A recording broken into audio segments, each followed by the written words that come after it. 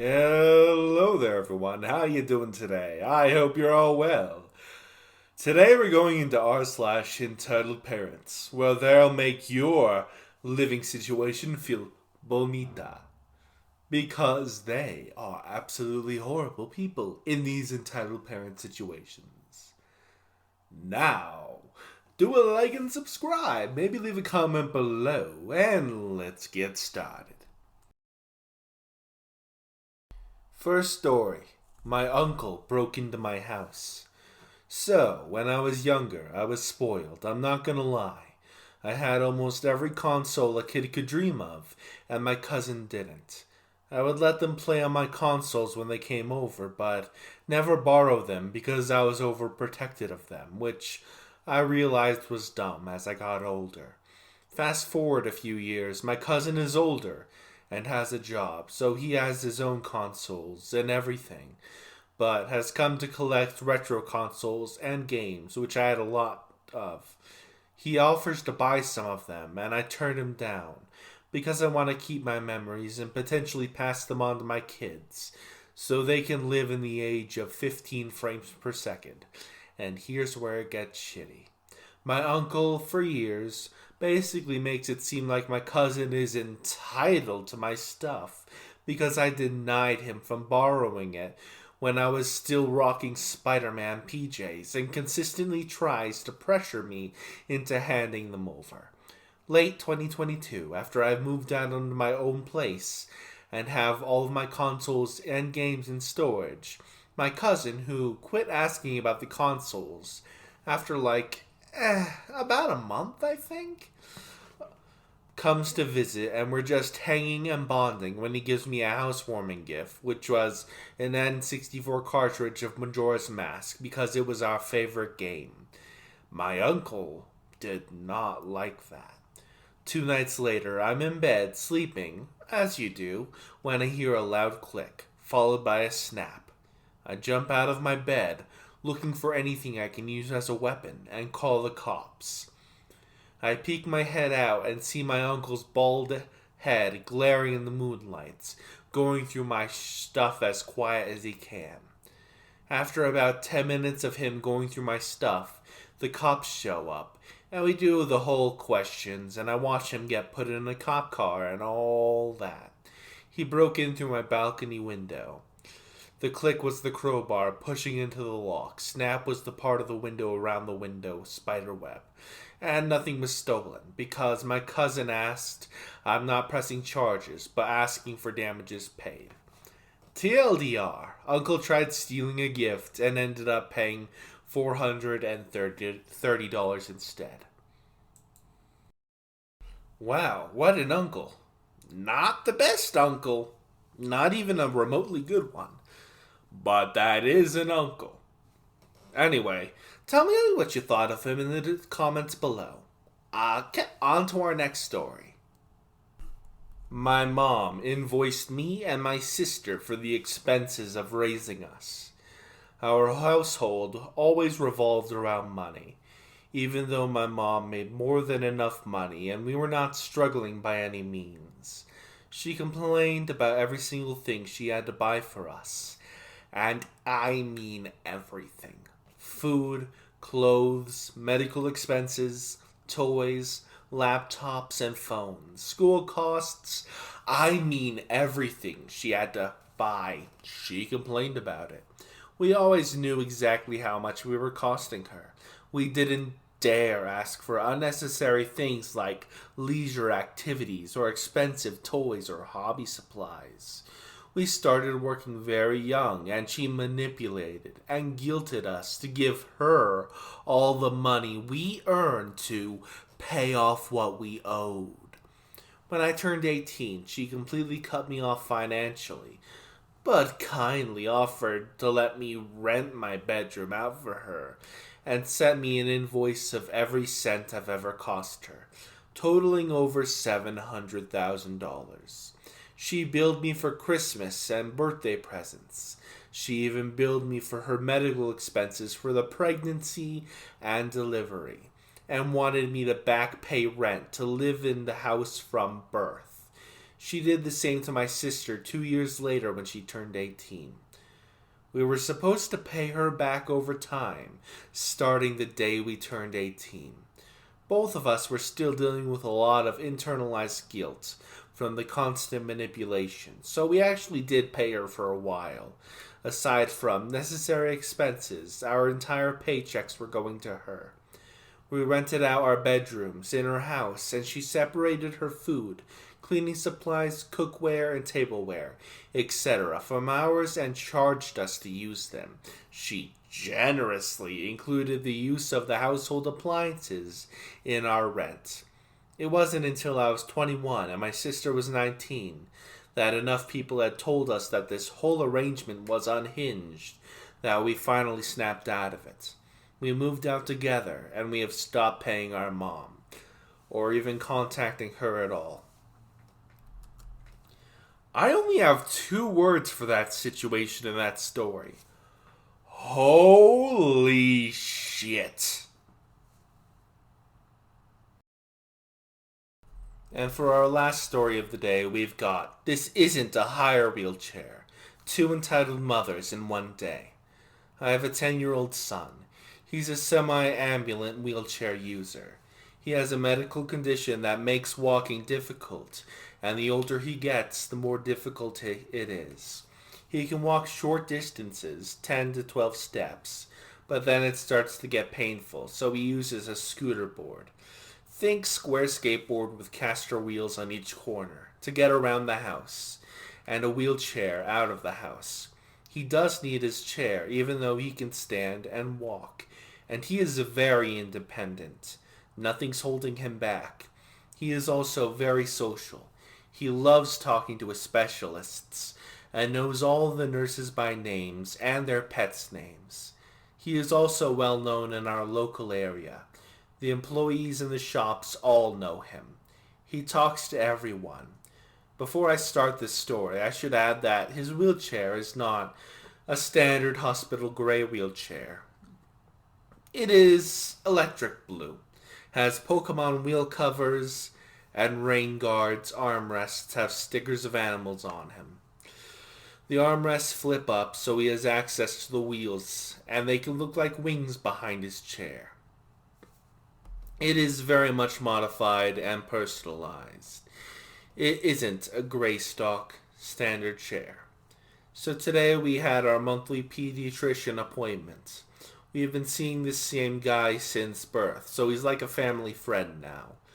A few days ago, luckily at night, during a storm, a tree branch fell onto the building and took out some windows and caused some water damage.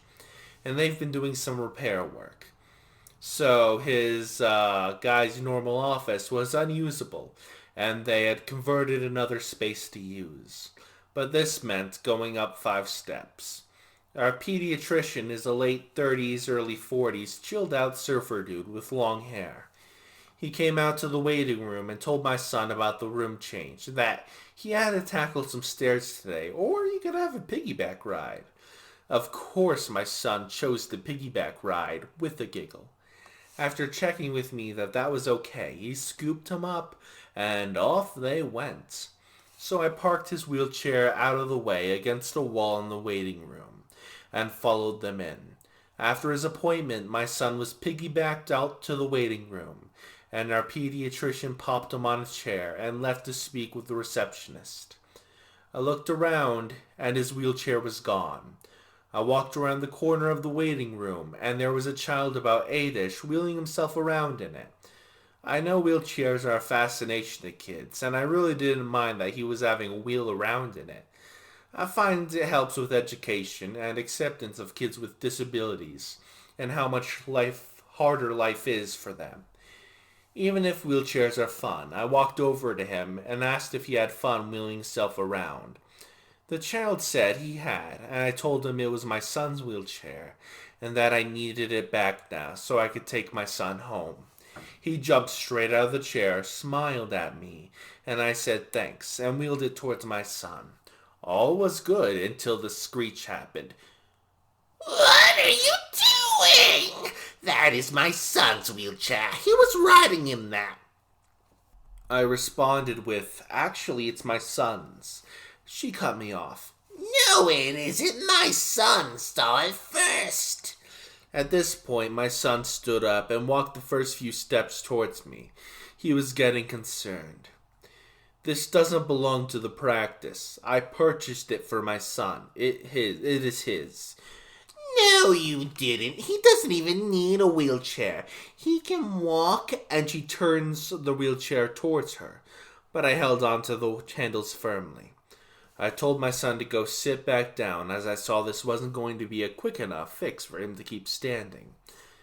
"Please stop yelling at me. This is my son's wheelchair. I have hundreds of photos of him in it on my phone. See?" I opened the Photos app on my phone and showed her photos of him on the chair and with the flywheel attached. That's a different chair. This doesn't have that thing on the front. She pulled the chairs towards her. That thing is his bicycle hand crank attachment that allows him to go fast on the bike track like the other kids. It attaches here using these attachments. I point to the attachments. If you look at the chair in this picture, it has the Pokemon wheel covers just like this one. See? This is his chair. And I pulled the chair back towards me. No, it isn't. Why can't you just wait your turn? Give it back. At this point, the pediatrician comes back from speaking with the receptionist, and the EM tries to involve him into this discussion. He ignores her and silently takes the wheelchair from me, walks it around entitled Mother, scoops up my son, and settles him in his chair. He turns to EM and says, "That is their son's chair. It belongs to him, not to the practice. You cannot have it. We don't accept stealing, and the welfare of our existing patients is our focus. Your actions today are contrary to acceptable behavior in this practice. We have decided to not accept your family to the practice. Please leave." The entitled mother screamed, shouted at me about how I'd cost her an appointment with my lies and how it wasn't fair. Our pediatrician stood between her and us and just repeated for her to leave.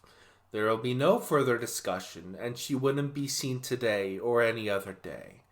She huffed, grabbed her very embarrassed-looking child with the EM, and he reached over to the counter, grabbed a lollipop, gave it to my son, and told me there would be no out-of-pocket payment for us today, and just to make an appointment for next month. He's an awesome pediatrician and an amazing human. As the title says, we encountered not one, but two entitled mothers today. We drove the hour and like a bit home to our smallish town and stopped at the supermarket to grab some groceries. My son likes to zoom around the supermarket, getting items and bringing them back to me, before zooming off again for the next thing on the list. He knows all the staff and they all talk to him and direct him to where he needs to find the item. And they talk about their pets with him because he's a huge animal lover. It's a social outing for him. So I usually start at the front of the store and make my way through the aisles, while my zoomer goes and gets random stuff. We were doing our usual thing, and he didn't come back. I didn't think much of it because the staff will often steal him away to the bakery for broken biscuits or the extra donut they can't fit into a package. As I rounded the corner of the next aisle, I see my son at the other end of the aisle, standing while holding onto a shelf, and another child sitting in his wheelchair. From the way he is standing, I can tell my son is in pain, and he is talking to the child, and the entitled mom is talking to my son as well. I can see she is getting animated from the other end of the aisle. I can't hear what they're saying, however. I hurried up the aisle and take hold of my son from the shelf. He is crying and tells me that the kid won't get out of his chair and the entitled mom won't make a move. And I say to the child, "Honey, can you hop out of my son's chair? He's in a lot of pain and needs to get back into it." My son has started to shake, and I know he's in quite a bit of pain, and his legs will soon just give out from under him. So I lower him to the floor. No, he won't. He is having a turn. Your bratty kid wouldn't even let him go up and down the aisle more than once before asking for it back. My son has a sore ankle, and I'm going to tell the manager we need it more than you. What? This isn't a hire chair.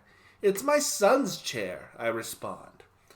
Don't be ridiculous. I see that chair all the time being used by kids. You may see the chair here a lot because my son and I come here a lot for our groceries, but it's his chair. No, it isn't. It's in the store every time I come in, and different kids are using it. I respond with, you are mistaken. It is my son's chair. I have photos of him in it. He needs it back. I open my phone and try to find a picture of my son without the flywheel attachment to avoid that same discussion as the morning. Nope, we are taking it. And she goes, wheeling her son off away. My son lets out on a full-on wail that's a combination of pain and distress that his wheels are leaving. I run the few steps after her and grab out at the chair and firmly say, "No, you aren't taking my son's chair." The wail and the shouting has employees popping out from the aisles, and the manager comes quickly from the service desk area. Entitled mom tries to preempt the discussion and yells at the manager that my son has had the chair long enough and that her son has a sore ankle, so he needs it more, and they should buy him more hire chairs so that there are more available for shoppers. I was standing back a little from them because once the manager arrived, I knew he would deal with it, and I needed to check on my son down on the aisle floor, crying. I was trying to calm him down from a distance by letting him know I wasn't far away, while not letting a 4,500 wheelchair out of my sight. The manager looks at me, looks at her, looks back at me with a look of, "What the hell?" on his face, and asks where my son is. So I point and tell him down the aisle on the floor. With a look of horror, he asks if they had tipped him out of his chair. I said, I don't know exactly what happened. He was standing, holding onto a shelf when I found him. He turns around and almost roars at this woman to get her son out of a disabled person's wheelchair, so we can get him off the floor. It doesn't belong to the store, and they don't hire wheelchairs here. The poor child was trying to get out of the chair, and the entitled mom kept pushing him back down into the chair, saying that he needs it. The child's nearly in tears and getting very upset. Meanwhile, 2 staff members have found my son and are now sitting on the floor with him, holding his hand and drying his tears. The manager is absolutely losing his mind. He's trying to be professional, but I can see as he is in disbelief at the woman's stupidity. When the troops arrive in the background, I see an employee with 2 police officers in tow. It looked like they were on break and were grabbing things to eat.